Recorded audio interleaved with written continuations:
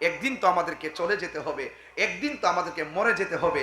আজকে এই ভৈরবের মধ্যে আসি 19 বছর ধরে, 19-20 বছর হয়ে গেল ভৈরবে আসি। ওয়াজ তো আর কম করি নাই।